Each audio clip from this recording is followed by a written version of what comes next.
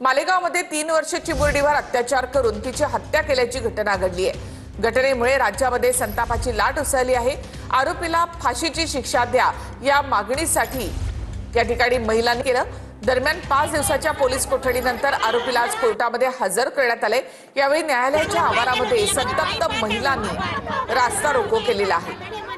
आरोपीला आमच्या ताब्यात द्या अशी मागणी या संतप्त महिलांनी केली आहे।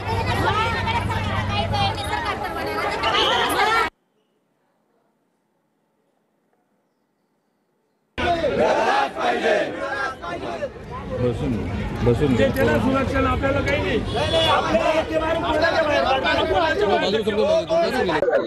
5 दिवसापूर्वी 3 वर्षाच्या मुलीवर अत्याचार करून तिचा खून केल्या प्रकरणातला अटक असलेला खैरनार याला आज मालेगाव न्यायालयात हजर करण्यात आणि त्या पार्श्वभूमीवर मालेगाव शहरातील न्यायालयामध्ये मोठ्या प्रमाणात पोलीस बंदोबस्त आहे आणि मोठ्या प्रमाणात या ठिकाणी गर्दी देखील बघायची झाली। ज्या पद्धतीने लहान मुलीचे अक्षरशः लचके तोडून त्याचा खून करण्यात आला आणि त्या पार्श्वभूमीवर अक्षरशः पूर्ण राज्य आता हळहळते आणि राज्यामध्ये अतिशय तीव्र अशा भावना या ठिकाणी निर्माण झाल्या आणि त्या पार्श्वभूमीवर चोख असा बंदोबस्त ठेवत मालेगाव न्यायालयात त्या आरोपीला या ठिकाणी हजर करणार आहेत।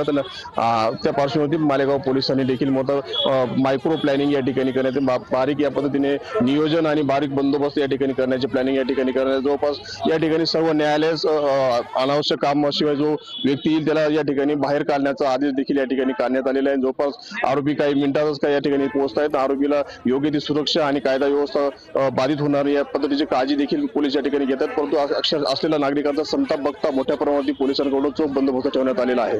मनोहर शावळे, DN मराठी, मालेगाव। करणाऱ्या आरोपीला आता या ठिकाणी न्यायालयात हजर करणार आहेत आणि आज या ठिकाणी आपण बघू शकतो मालेगावच्या काही तरुणांनी या ठिकाणी थेट आता न्यायालयात हजर करण्याच्या त्या तरुणाचा रस्ता या ठिकाणी अडवलेला आहे। मोठ्या प्रमाणावरती बंदोबस्त देखील लावण्यात आलेला आहे। एका बाजूला महिलांचा आक्रोश सुरू आहे। महिला देखील त्या आरोपीला आमच्या ताब्यात द्यावा अशी मागणी करतायत आणि त्या दुसऱ्या बाजूला आता मालेगावच्या तरुणांनी आरोपीला फाशी दिली आहे। न्यायालयाच्या कक्ष त्या ठिकाणी आरोपीला फाशी झाली पाहिजे या ठिकाणी करण्यात येतात। मालेगावकरांचा आक्रोश या ठिकाणी मालेगाव शहरामध्ये गेल्या 5 दिवसापासून दररोज मोठ्या प्रमाणात आंदोलन होतात आणि आरोपीला फाशी व्हावी अशी मागणी करण्यात आली। जवळपास 2 तासापासून 1.5 तासापासून अशा परिस्थितीमध्ये सुरू असताना आंदोलनात पोलिसांना देखील आता मोठा प्रश्न पडलाय की आरोपीला आणावं कसा आणि आरोपीला थेट आमच्या ताब्यात द्यावा, अन्यथा फास्टच्या कोर्टात जाऊन त्यांना फाशी द्यावाची मागणी या ठिकाणी करण्यात येत आहे। मनोहर शावळे, DN मराठी, मालेगाव।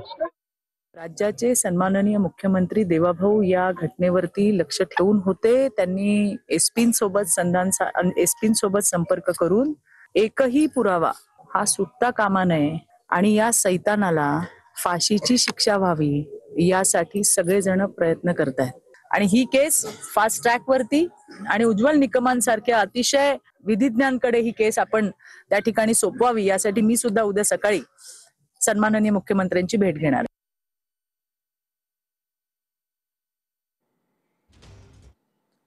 मालेगाव न्यायालयाच्या परिसरामध्ये पोलिसांचा मोठा बंदोबस्त देखील आहे। मात्र इथे तरुण आणि महिला आक्रमक झालेले आहेत आणि त्यांनी आरोपीला फाशी द्या अशी मागणी करत या ठिकाणी रास्ता रोको केलेला आहे।